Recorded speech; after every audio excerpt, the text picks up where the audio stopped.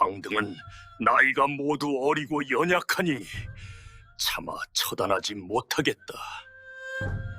저는 지금 궁궐 한 구석 외딴 처소에 갇혀 있습니다. 겨우 8살입니다. 제 이름은 이황, 아니, 이제는 폐세자라 불리는 아이입니다. 며칠 전까지만 해도 저는 조선의 세자였습니다. 아버지는 왕이었고 어머니는 왕비였으며 동생들은 대군과 군으로 불렸습니다. 하지만 단 하룻밤 사이에 모든 것이 달라졌습니다. 아버지는 더 이상 왕이 아니라 역적 연산군이 되었고 저는 세자에서 역적의 자식으로 전락했습니다. 이 상황이 벌어진 데에는 아주 충격적인 이유가 있었습니다. 1506년 9월 2일 새벽 궁궐 안이 갑자기 소란스러워졌습니다. 저는 잠결에 사람들의 외침소리를 들었습니다. 반정이다. 반정이 일어났다. 처음에는 무슨 일인지 알 수 없었습니다. 반정이라는 말의 뜻도 그것이 저에게 어떤 의미인지도 전혀 알지 못했습니다. 그저 궁궐 안의 분위기가 심상치 않다는 것만 느낄 수 있었습니다. 얼마 지나지 않아 낯선 군사들이 제가 머물던 처소로 들이닥쳤습니다. 그들은 거칠게 문을 열고 들어와 저를 끌어냈습니다. 폐세자 이황, 이제부터 너는 역적의 자식이다. 감히 저항하지 마라. 그들의 목소리는 차가웠고 눈빛에는 동정심이라고는 찾아볼 수 없었습니다. 저는 겁에 질려 떨면서도 어머니를 찾았습니다. 어마마마, 어마마마. 하지만 어머니는 이미 다른 곳으로 끌려간 후였습니다. 저와 함께 동생들도 붙잡혔습니다. 6살인 둘째 동생 이성이는 울음을 터뜨렸고 7살인 셋째 동생 이인이는 무슨 일인지 몰라 어리둥절한 표정으로 저를 바라보았습니다. 막내 이돈수는 너무 어려서 상황 파악조차 하지 못하고 있었습니다. 저는 형으로서 동생들을 보호해야 한다고 생각했지만 겨우 8살인 제가 무엇을 할 수 있었겠습니까? 우리는 각각 다른 곳으로 유배를 떠나게 되었습니다. 저는 강원도 정선으로, 동생들도 제각각 먼 곳으로 보내졌습니다. 가마에 실려 궁궐을 나서는 순간 저는 뒤를 돌아보았습니다. 제가 태어나서 자란 곳, 제가 세자로서 학문을 배우고 아버지를 배웠던 그곳이 점점 멀어졌습니다. 그때 저는 다시는 이곳으로 돌아오지 못할 것이라는 예감이 들었습니다. 정선으로 가는 길은 험했습니다. 산길을 넘고 계곡을 건너야 했습니다.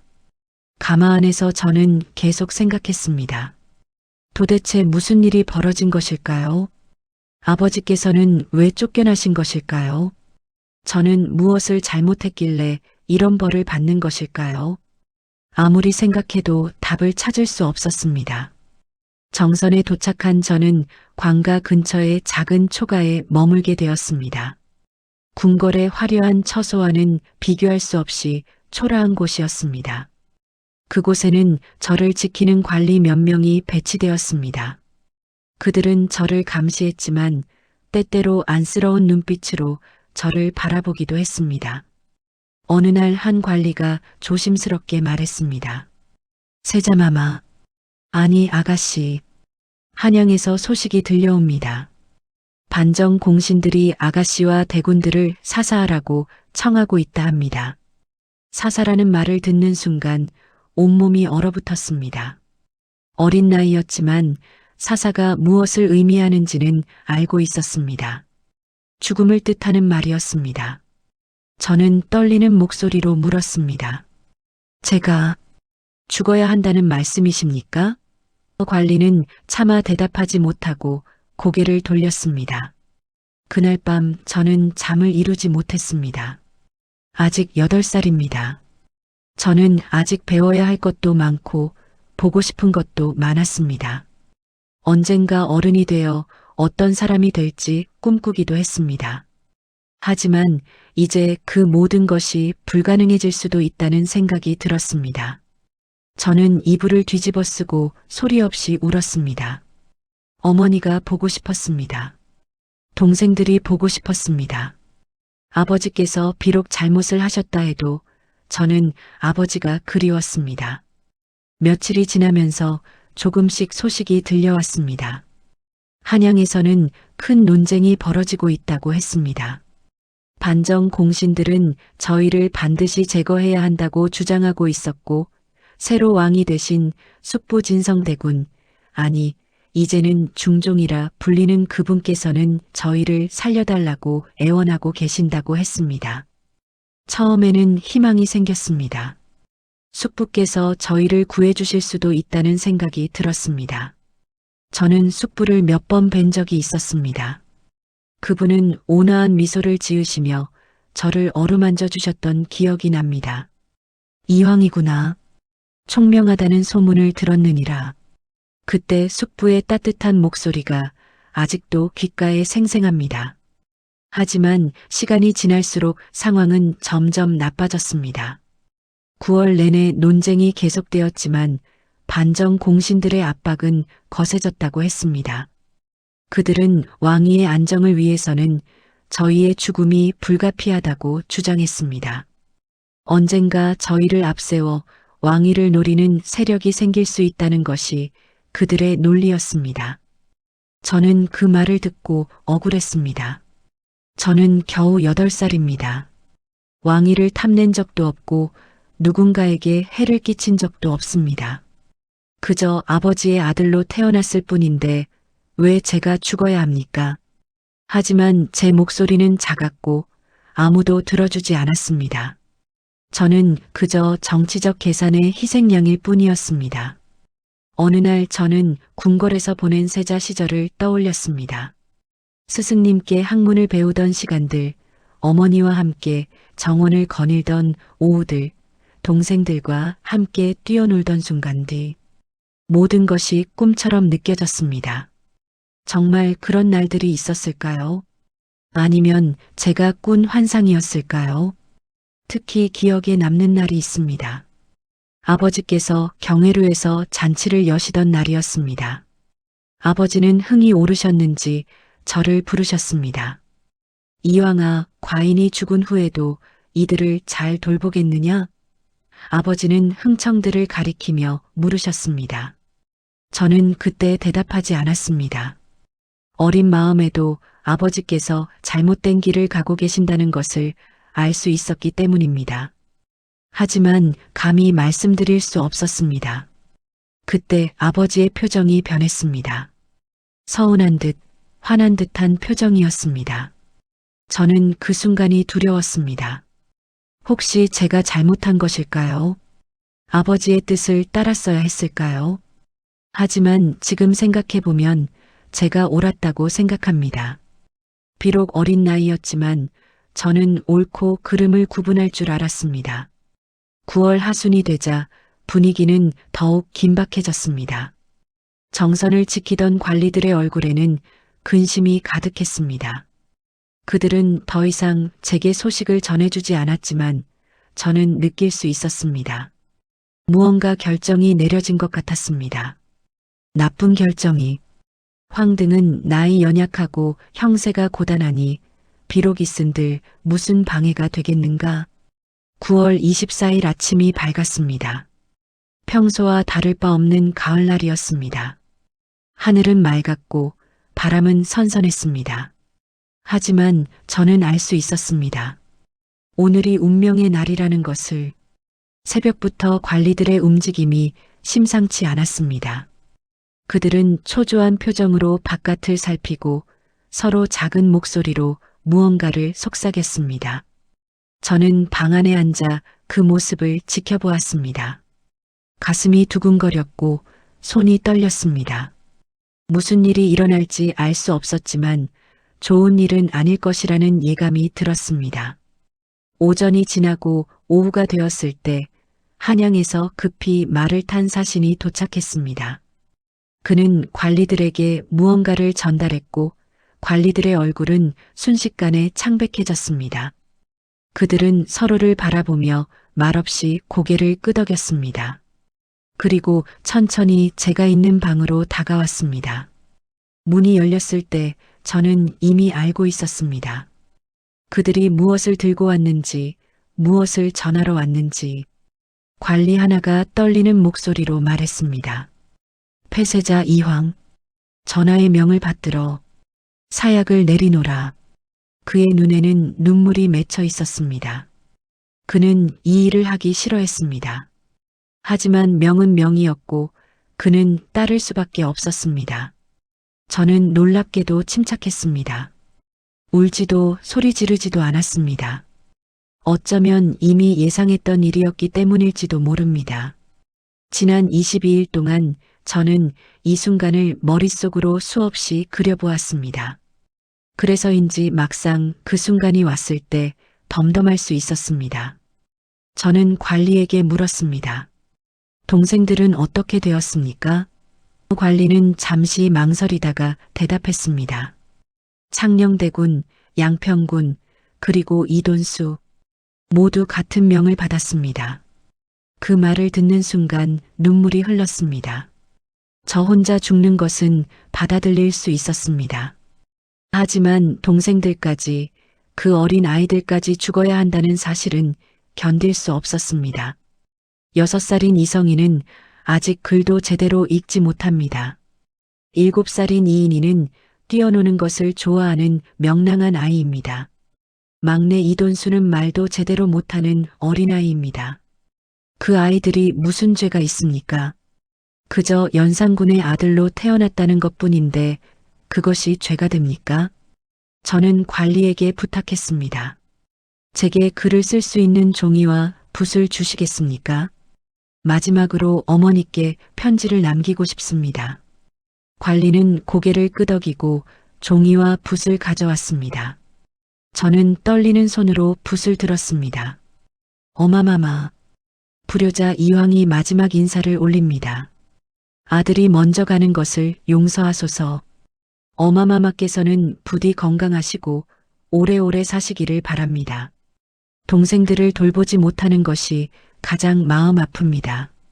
다음 생에는 꼭 다시 만나 행복하게 살 수 있기를 바랍니다. 글을 쓰면서 눈물이 종이 위로 떨어졌습니다. 먹이 번졌지만 상관없었습니다. 저는 계속 썼습니다. 어머니께 드리고 싶은 말이 너무 많았지만 시간이 없었습니다. 저는 서둘러 글을 마무리하고 붓을 내려놓았습니다. 그리고 한양을 향해 절을 올렸습니다. 전하, 숙부님, 저를 구하려 노력해 주신 것을 알고 있습니다. 감사합니다. 비록 구하지는 못하셨지만 그 마음만으로도 고맙습니다. 부디 좋은 왕이 되어 백성들을 잘 다스려 주십시오. 그것이 저의 마지막 소원입니다. 저는 또 아버지를 향해 절을 올렸습니다. 아버님, 아버님께서 잘못하신 것을 알고 있습니다. 하지만 그래도 아버님은 저의 아버지십니다. 아들은 아버지를 원망하지 않습니다. 다만 아버님께서도 편히 쉬시기를 바랍니다. 마지막으로 동생들을 생각했습니다. 이성아, 이인아, 이돈수야. 형이 너희를 지켜주지 못해서 미안하다. 우리는 함께 자랐고 함께 놀았다. 너희와 보낸 시간들이 너무나 행복했다. 다음 생에는 꼭 평범한 집에 태어나 걱정 없이 살자. 형이 너희를 많이 사랑한다는 것을 알아주길 바란다. 저는 눈을 감았습니다. 관리가 사약이 담긴 잔을 내밀었습니다. 저는 잔을 받아들고 한참을 바라보았습니다. 이것을 마시면 모든 것이 끝납니다. 더 이상 두려워할 필요도 슬퍼할 필요도 없습니다. 어쩌면 편안해질 수 있을지도 모릅니다. 하지만 동시에 생각했습니다. 저는 아직 8살입니다. 살아야 할 날이 너무나 많이 남아 있습니다. 이대로 생을 마감하는 것이 너무나 억울하고 슬펐습니다. 하지만 선택의 여지가 없었습니다. 저는 천천히 잔을 입에 가져갔습니다. 그 순간 제 인생이 주마등처럼 스쳐 지나갔습니다.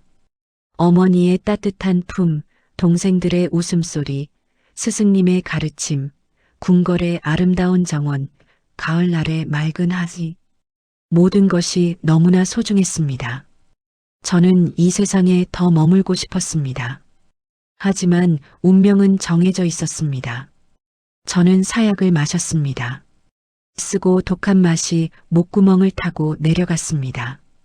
곧 어지러움이 밀려왔습니다. 몸에 힘이 빠지고 시야가 흐려졌습니다. 저는 바닥에 쓰러졌습니다. 마지막 순간 저는 생각했습니다. 이것이 정말 끝일까요? 제가 태어난 이유가 무엇이었을까요? 그저 8해를 살다가 이렇게 억울하게 죽기 위해서였을까요? 저는 답을 찾을 수 없었습니다. 의식이 흐려지면서 저는 어머니의 목소리를 들었습니다. 이황아, 괜찮다. 엄마가 여기 있다. 하지만 그것은 환청이었을 것입니다. 어머니는 한양에 계셨고 저는 정선에 있었습니다. 우리는 서로 닿을 수 없는 거리에 있었습니다. 그리고 모든 것이 어두워졌습니다. 저는 1506년 9월 24일 강원도 정선에서 8살의 나이로 생을 마감했습니다. 제 곁에는 아무도 없었습니다. 어머니도 동생들도 아버지도 없었습니다.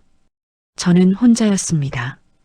같은 날 한양에서도 수안에서도 제천에서도 우봉에서도 같은 일이 벌어졌습니다. 제 동생들도 모두 사약을 받았습니다. 6살 이성희, 7살 이인희, 그리고 어린 이돈수까지. 우리 형제는 모두 1506년 9월 24일에 세상을 떠났습니다. 한양 창덕궁에서 이 소식을 들은 중종은 슬픔에 잠겼습니다.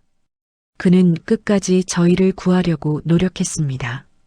차마 처단하지 못하겠다고 3번이나 거절했습니다.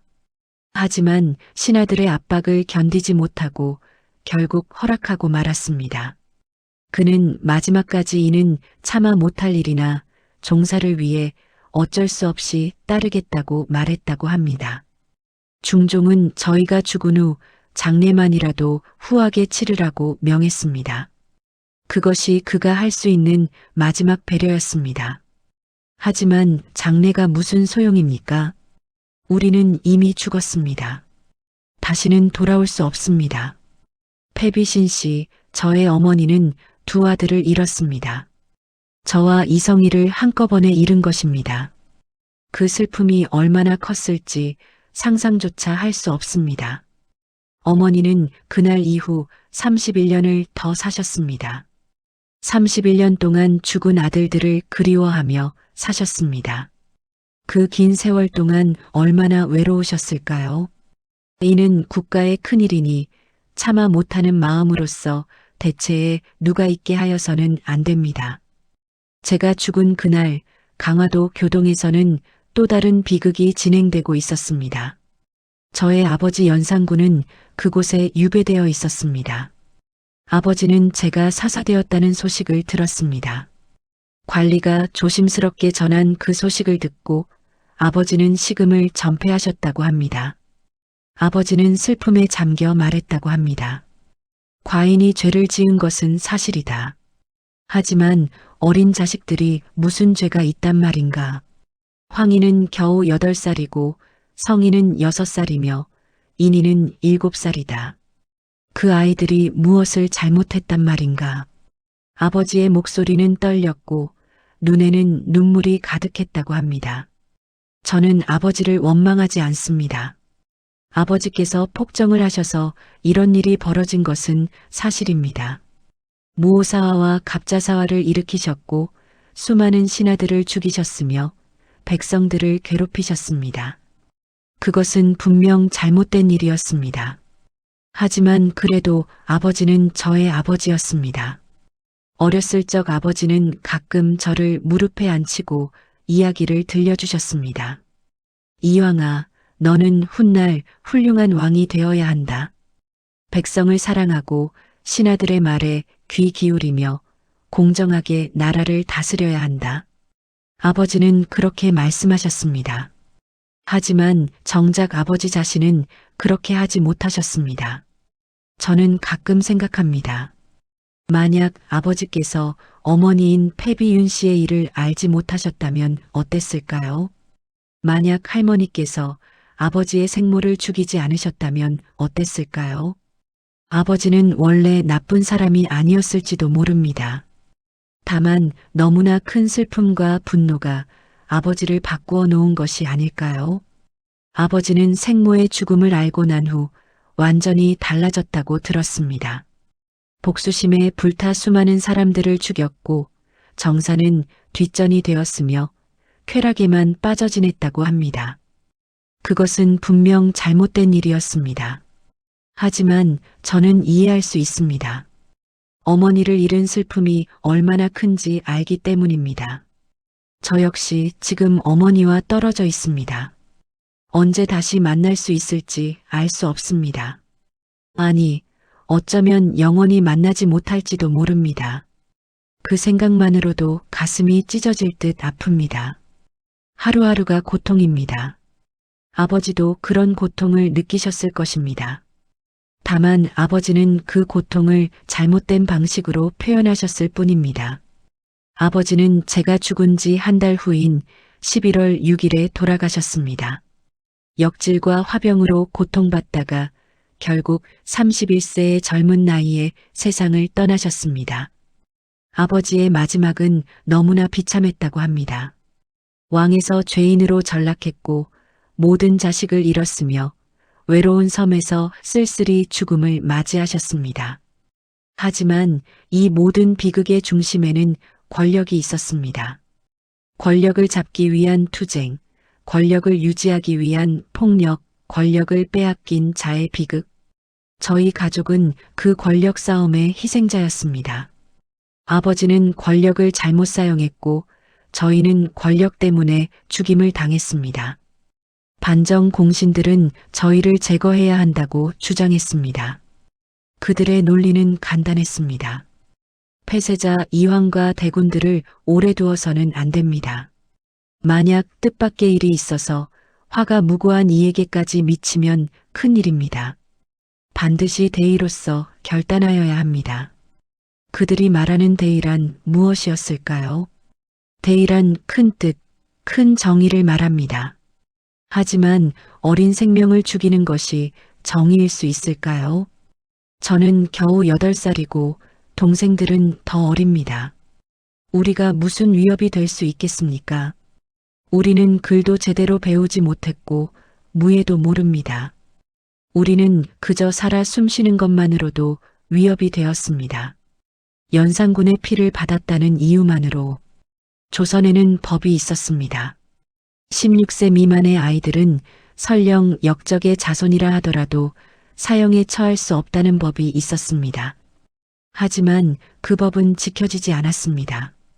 정치적 필요 앞에서 법은 무력했습니다. 중종도 반정 공신도 모두 법을 알고 있었습니다. 하지만 그들은 법보다 권력을 선택했습니다. 중종은 진심으로 저희를 살리고 싶어 했습니다. 실록에는 그의 말이 기록되어 있습니다. 황등은 나이가 모두 어리고 연약하니 차마 처단하지 못하겠다. 그는 3번이나 거절했습니다. 하지만 신하들은 계속 압박했습니다. 전하께서 측은한 마음으로 차마 결단하지 못하고 계시지만 그 형세가 오래 보존되지 못할 것입니다. 결국 중종은 굴복했습니다. 황등의 일은 차마 처단하지 못하겠으나 정승이 종사에 관계되는 일이라 하므로 과감히 쫓겠다.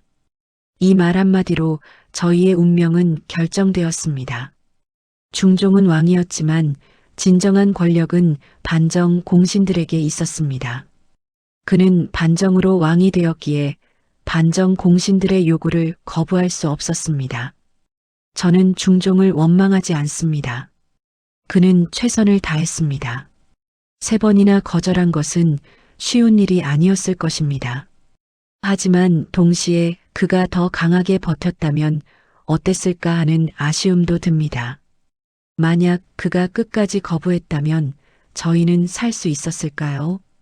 하지만 그것은 불가능한 일이었을 것입니다. 당시 정치 상황에서 중종은 약한 왕이었습니다. 그는 신하들의 지지 없이는 왕위를 유지할 수 없었습니다.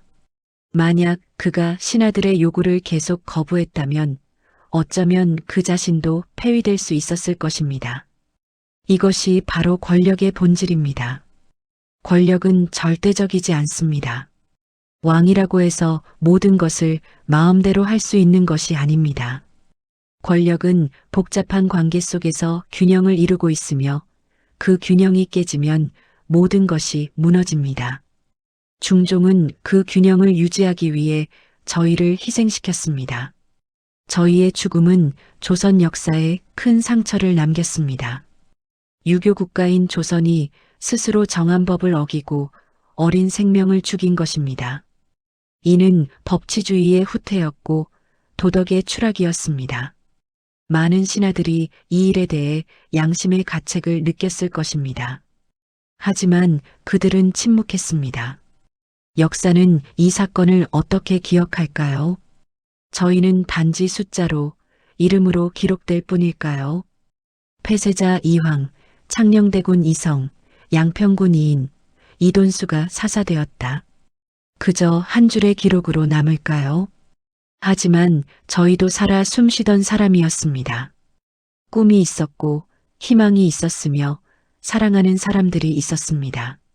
저는 훗날 어른이 되어 좋은 일을 많이 하고 싶었습니다. 백성들을 사랑하는 왕이 되고 싶었고 어머니를 모시고 효도하고 싶었으며 동생들과 함께 행복하게 살고 싶었습니다. 하지만 그 모든 꿈은 이루어지지 못했습니다. 저는 겨우 8살에 생을 마감했습니다. 신등이 전하께서 차마 못하시는 것을 알지 못하는 것이 아니라 여러 사람의 뜻이 이와 같으므로 마지못하여 감히 품다랍니다.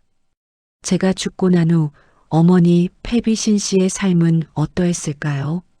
어머니는 두 아들을 한꺼번에 잃으셨습니다. 저와 이성희를 잃은 슬픔은 이루 말할 수 없었을 것입니다. 어머니는 평소 온화하고 착한 분이셨습니다. 실록에도 기록되어 있습니다. 패비신 씨는 본래 성품이 올량하고 후덕했다. 아버지 연산군이 폭정을 일삼을 때도 어머니는 밤낮으로 근심하며 간언했다고 합니다. 하지만 아버지는 어머니의 말을 듣지 않으셨습니다. 그래도 아버지는 어머니를 성내지 않으셨다고 합니다. 어쩌면 아버지도 어머니의 말이 옳다는 것을 알고 계셨을지도 모릅니다. 다만 자신의 길을 멈출 수 없었을 뿐입니다. 중종은 어머니를 배려했습니다. 반정 후 어머니는 폐비로 강등되었지만 중종은 어머니를 유배 보내지 않았습니다. 한양에 머물며 지낼 수 있도록 배려했습니다. 신승선의 집을 수리해서 어머니가 그곳에서 지내게 했습니다. 이것은 중종의 마지막 은혜였습니다. 비록 조카들을 구하지는 못했지만 적어도 그들의 어머니만은 보호하려 했던 것입니다. 어머니는 그곳에서 31년을 사셨습니다. 1537년까지 사셨으니 우리가 죽은 후 긴 세월을 홀로 견디신 것입니다. 그 세월 동안 어머니는 무슨 생각을 하셨을까요? 매일 저희를 그리워하셨을 것입니다. 잠들기 전 저희의 얼굴을 떠올리셨을 것입니다. 아침에 눈을 뜨면 잠시나마 모든 것이 꿈이었기를 바라셨을 것입니다. 하지만 현실은 잔혹했습니다. 아들들은 돌아오지 않았고 남편은 이미 세상을 떠났으며 어머니는 폐비로서 쓸쓸한 나날을 보내야 했습니다. 그래도 어머니에게는 딸 휘신공주가 있었습니다. 휘신공주는 반정 후에도 살아남았습니다. 딸이기 때문에 왕위에 위협이 되지 않는다는 이유에서였습니다. 휘신공주도 고난을 겪었습니다. 폐주의 딸이라는 이유로 시댁에서 구박을 받았고 심지어 쫓겨나기까지 했습니다. 하지만 중종이 개입하여 공주가 다시 시댁으로 돌아갈 수 있게 도와주었습니다. 중종은 조카들을 구하지 못한 죄책감에 휘신공주만이라도 보호하려 했던 것 같습니다. 어머니는 1512년에 아버지의 묘를 양주로 이장해달라고 상언했습니다. 폐위된 왕의 부인으로서 그것이 어머니가 남편을 위해 할 수 있는 마지막 일이었습니다. 그리고 어머니는 자신이 죽은 후에는 남편 곁에 묻어달라고 부탁했습니다. 모든 것이 무너졌지만 어머니의 사랑만은 변하지 않았습니다. 저는 어머니를 존경합니다. 어머니는 남편의 잘못을 알고 계셨고 자식들이 억울하게 죽었다는 것도 알고 계셨습니다. 하지만 어머니는 누구를 원망하지 않으셨습니다. 그저 묵묵히 자신의 삶을 살아가셨습니다. 그것이 얼마나 힘든 일이었을까요? 이 비극을 통해 저는 깨달았습니다. 권력이 얼마나 무서운 것인지, 정치가 얼마나 잔혹한 것인지. 아버지는 권력을 잘못 사용해서 폐위되었고, 저희는 권력 때문에 죽임을 당했으며, 어머니는 권력 때문에 평생을 슬픔 속에서 사셨습니다. 하지만 동시에 인간의 선함도 보았습니다. 중종은 끝까지 저희를 구하려 했고 어머니를 보호했으며 휘신공주를 도왔습니다. 정선의 관리는 저를 사사하면서도 눈물을 흘렸습니다. 그들은 이 일이 잘못되었다는 것을 알고 있었습니다. 하지만 시대의 흐름을 막을 수 없었습니다. 역사는 반복됩니다.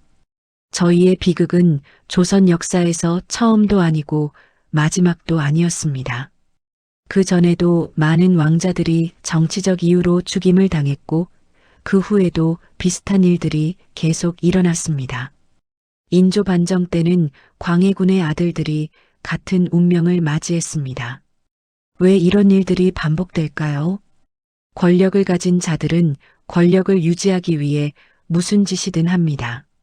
심지어 어린 생명을 죽이는 것도 서슴지 않습니다.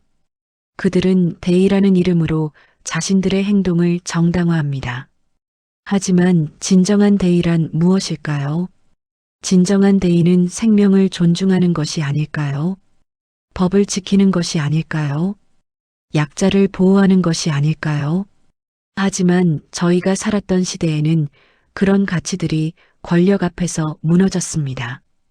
법보다 권력이 우선이었고 생명보다 정치가 중요했으며 정의보다 이익이 앞섰습니다. 저는 죽어가면서 생각했습니다. 만약 제가 평범한 집에 태어났다면 어땠을까요?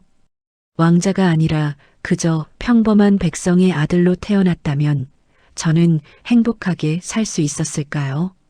가난하지만 따뜻한 가정에서 부모님의 사랑을 받으며 자라고 친구들과 뛰어놀고 장가를 들어 자식을 낳고 평범하게 늙어가는 삶. 그것이 제가 꿈꾸는 행복이었습니다. 하지만 저는 왕자로 태어났고 그것이 저의 불행이었습니다. 왕자로 태어나면 화려한 삶을 살 수 있을 것 같지만 실제로는 그렇지 않습니다.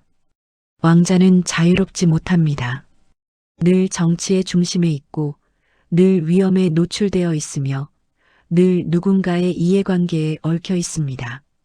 저는 8살의 짧은 생을 살았지만 많은 것을 배웠습니다. 권력의 무서움, 정치의 잔혹함, 인간의 이기심, 하지만 동시에 사랑의 소중함, 가족의 따뜻함, 생명의 가치도 배웠습니다. 비록 짧은 삶이었지만 후회는 없습니다. 저는 사랑하는 가족들과 함께 있었고 아름다운 것들을 보았으며 행복한 순간들도 있었습니다. 다만 한 가지 소원이 있다면 제 죽음이 헛되지 않기를 바랍니다. 후세 사람들이 저희의 이야기를 듣고 무언가를 배웠으면 합니다. 권력이 얼마나 위험한 것인지, 정치적 보복이 얼마나 잔혹한 것인지, 그리고 생명이 얼마나 소중한 것인지, 그것을 깨닫고 더 나은 세상을 만들어 간다면 저희의 죽음도 의미가 있을 것입니다. 명하여 황, 성, 인, 돈수를 아울러 사사하였다.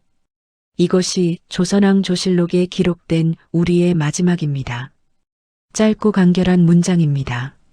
하지만 그 짧은 문장 뒤에는 4명의 어린 생명이 억울하게 사라진 비극이 숨어 있습니다. 저희는 이제 역사 속의 한 페이지가 되었습니다. 사람들은 저희를 기억할까요? 아니면 그저 스쳐 지나가는 이름으로만 남을까요? 500년이 넘는 시간이 흘렀습니다. 저희가 살았던 조선이라는 나라도 이제 없습니다. 하지만 저희의 이야기는 여전히 전해지고 있습니다. 그것이 조금은 위로가 됩니다. 저희가 완전히 잊혀진 것은 아니라는 것을 알게 되어 다행입니다. 저희의 죽음 이후 조선은 어떻게 변했을까요? 중종은 38년간 왕위에 있었습니다. 그는 조광조와 같은 개혁적인 신하들을 등용해 정치를 개혁하려 했습니다. 하지만 기묘사화가 일어나 그 시도는 실패로 끝났습니다. 권력을 가진 자들은 쉽게 권력을 내놓지 않았습니다. 중종은 평생 저희에 대한 죄책감을 안고 살았을 것입니다. 그는 진심으로 저희를 구하려 했지만 실패했습니다. 그것이 그에게 큰 상처로 남았을 것입니다. 때때로 그는 저희를 생각했을까요? 밤에 잠들기 전 혼자 있을 때 그는 조카들의 얼굴을 떠올렸을까요? 그리고 후회했을까요? 저는 중종을 용서합니다. 그는 최선을 다했습니다. 비록 저희를 구하지는 못했지만 그는 끝까지 노력했습니다. 그리고 어머니와 휘신공주를 보호해 주었습니다.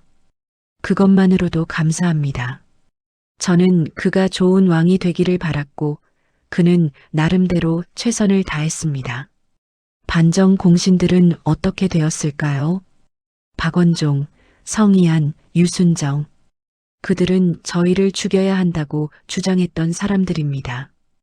그들은 권력을 얻었고 부귀영화를 누렸습니다. 하지만 그들도 평안하지는 못했습니다. 권력 투쟁은 계속되었고 그들 중 일부는 나중에 숙청되었습니다. 권력으로 얻은 것은 권력으로 잃는 법입니다. 그들은 밤에 잘 잠들 수 있었을까요? 4명의 어린 아이들을 죽인 죄책감을 느끼지 않았을까요? 아니면 그들은 그것을 대의를 위한 필요악이라고 스스로를 정당화했을까요? 저는 알 수 없습니다. 다만 역사는 그들을 기억하고 있습니다. 그들의 이름은 저희의 죽음과 함께 기록되어 있습니다. 저희의 이야기가 후세에 주는 교훈은 무엇일까요? 첫째, 권력은 책임을 수반한다는 것입니다. 아버지 연산군은 권력을 잘못 사용했고 그 결과 자신뿐만 아니라 가족 전체가 비극을 맞이했습니다. 권력을 가진 자는 그 권력이 가져올 결과에 대해 깊이 생각해야 합니다. 둘째, 정치적 보복에는 한계가 있어야 한다는 것입니다. 아무리 정당한 분노라 해도 그것이 무고한 이들에게까지 향한다면 정의가 아닙니다. 저희는 아버지의 죄에 대해 책임이 없었습니다. 하지만 우리는 아버지의 죄를 함께 짊어져야 했습니다. 이것은 정의롭지 못합니다. 셋째, 법치주의의 중요성입니다. 조선은 법으로 다스리는 나라였습니다. 하지만 정치적 필요에 의해 법이 무시되었습니다. 16세 미만의 아이를 사형에 처해서는 안 된다는 법이 있었지만 그 법은 지켜지지 않았습니다. 법이 권력에 의해 쉽게 무너진다면 그것은 진정한 법치국가가 아닙니다. 넷째, 가족의 소중함입니다. 정치적 격변이 한 가족을 완전히 파괴했습니다.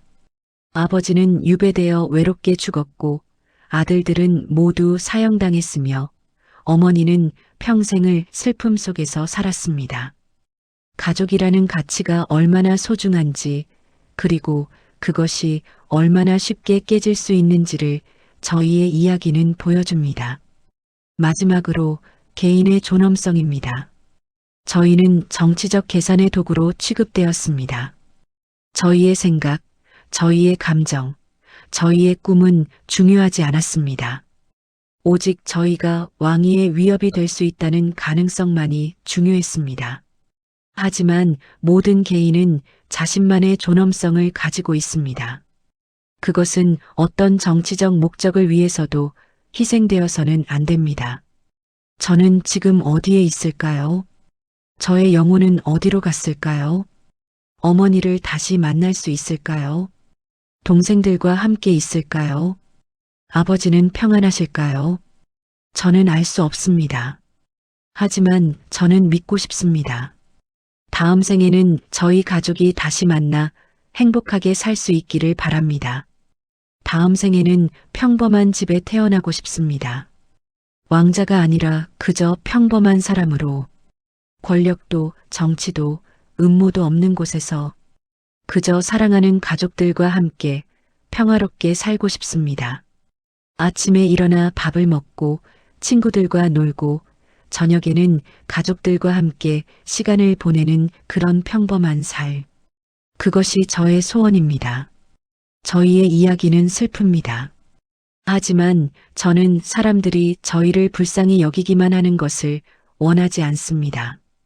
저희의 이야기를 통해 무언가를 배우고 더 나은 세상을 만들어가는데 도움이 되었으면 합니다. 그것이 저희의 죽음에 의미를 부여하는 방법입니다. 역사를 공부한다는 것은 과거의 사실을 외우는 것이 아닙니다. 과거의 사건들을 통해 인간의 본성과 사회의 작동 원리를 이해하고 그것을 바탕으로 더 나은 미래를 만들어 가는 지혜를 얻는 것입니다. 저희의 이야기가 그런 지혜를 주는 자산이 되기를 바랍니다. 500년이 지난 지금 세상은 많이 변했습니다. 더 이상 왕이 다스리는 나라는 없고 법이 사람들을 보호하며 인권이라는 개념이 생겼습니다. 하지만 여전히 권력은 존재하고 정치는 계속되며 때때로 무고한 사람들이 희생됩니다. 그래서 저희의 이야기는 여전히 의미가 있습니다. 저희를 기억해 주세요. 폐쇄자 이황, 창녕대군 이성, 양평군 이인, 이돈수. 저희는 단지 역사책의 한 줄이 아닙니다. 저희는 살아 숨쉬었던 아이들이었습니다. 꿈이 있었고 희망이 있었으며 사랑하는 사람들이 있었습니다. 그리고 억울하게 죽었습니다. 하지만 저희의 죽음이 헛되지 않기를 바랍니다. 여러분이 저희의 이야기를 듣고 생명의 소중함을 깨닫고 정의의 중요성을 인식하고 권력의 무서움을 경계한다면 저희는 500년이 지난 지금도 여러분에게 무언가를 가르쳐주는 스승이 될 수 있습니다. 저는 이제 이야기를 마칩니다. 제 목소리가 여러분에게 닿았기를 바랍니다. 그리고 여러분의 삶이 저희보다 행복하기를 바랍니다. 저희가 경험한 비극을 다시는 누구도 경험하지 않기를 바랍니다. 모든 아이들이 안전하게 자라고 모든 가족이 함께 행복하며 모든 생명이 존중받는 세상이 오기를 바랍니다. 그것이 1506년 9월 24일 8살의 나이로 세상을 떠난 폐쇄자 이황의 마지막 소원입니다. 안녕히 계십시오. 그리고 저희를 잊지 말아주세요. 저희의 이야기가 여러분의 마음속에 오래 남아 더 나은 세상을 만드는데 작은 불씨가 되기를 바랍니다. 역사는 과거와 현재, 미래를 잇는 다리입니다. 저희의 이야기가 그 다리 위에서 여러분과 함께 나눈 소중한 대화가 되기를 바랍니다. 그리고 이 대화가 여러분의 삶을 더욱 풍요롭고 의미 있게 만드는데 조금이나마 도움이 되었기를 바랍니다. 감사합니다.